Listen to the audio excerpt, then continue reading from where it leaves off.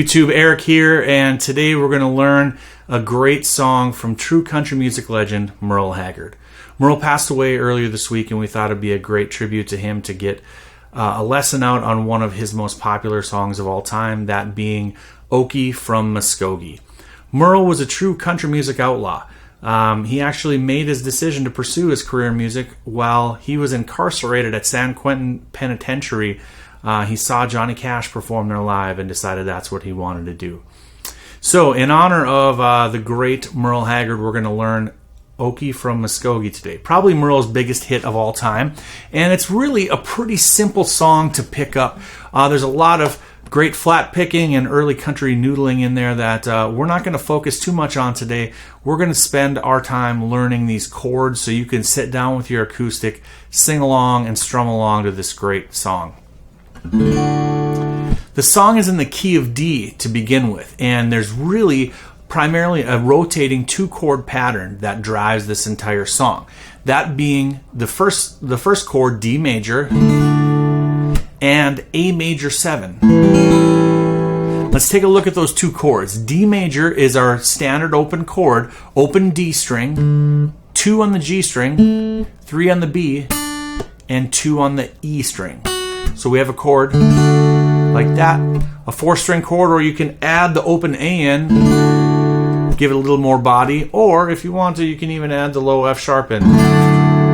For this purpose, we're using primarily this 4-note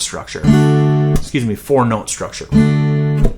We rotate from that D major down to an A major 7, which is an open A, 2 on the D, open G. That's our 7 note of the pattern, of the scale. 2 on the B, and then an open high E. So we get a full chord. So our structure, our strumming pattern is very common for early country music. I shouldn't say early country music, but for popular country music, and that is kind of hitting the root note on the 1 of each beat, and then strumming an anda. So we have like a 1 and a 2 and a 3 and a 4 and a 1 and a 2 and a 3 and a 4.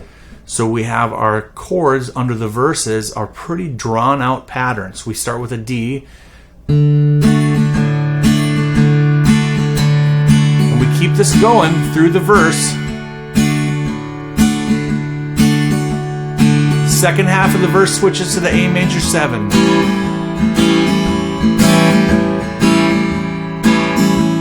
Same pattern, we keep it going. And then at the end of the pattern, we switch back to the D major. And then here's our chorus. Well, I'm proud to be... You know the words.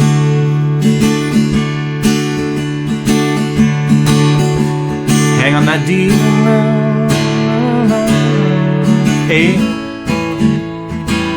A major 7. Keep strumming that pattern out, and the chorus wraps up with the white lightnin line. Like this. And white lightning's still the biggest thrill of all.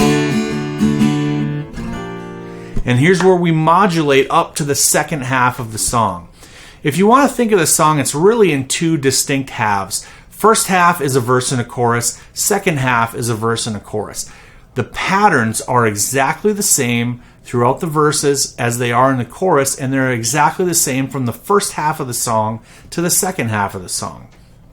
The only difference is, in the second half of the song, we modulate up a half step. So instead of playing D major and A major 7, we play E flat major and B flat major 7. So we're just a half step up from our D to an E flat and a B flat major 7. So we have, in our second verse and our second chorus, we're playing an E flat major, which is first finger on the 6th fret of our A string, and then we have 8, 8, 8 up the D, G, and B. We really want to stick to a 4-note chord here. And you got to work to mute off the other strings so you're not getting those excess tones. like I'm getting.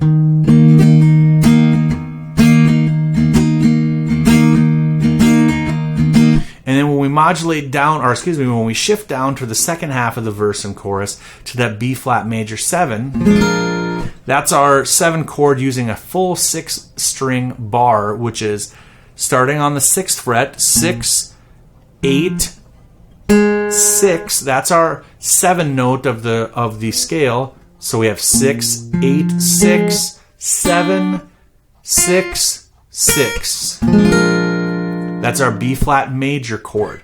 So we get there through a little modulation trick at the end of the first chorus. If you remember, our first verse and chorus are in D major, A major 7. So when we finish up that first line, we're going to modulate up using a B flat and then shift into our E flat major for the verse. Here's how that sounds when we put it together. I'm going to back it up to the White Lightning line at the end of the first chorus.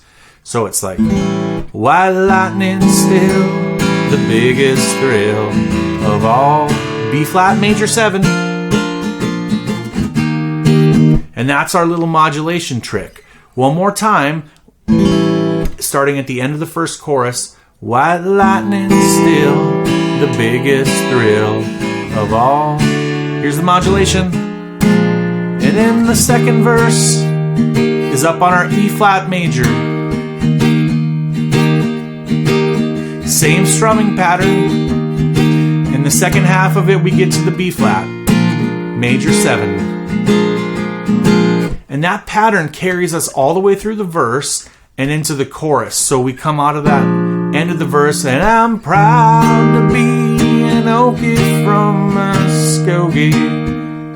That carries us all the way through the second chorus. And we wrap it up with the same White Lightning line.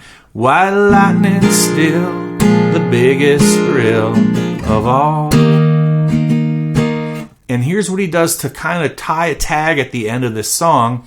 Does a little reprise to that B flat major 7 chord, and he repeats out, or I shouldn't say repeats, he spells out the name of the city, Muskogee, Oklahoma, USA.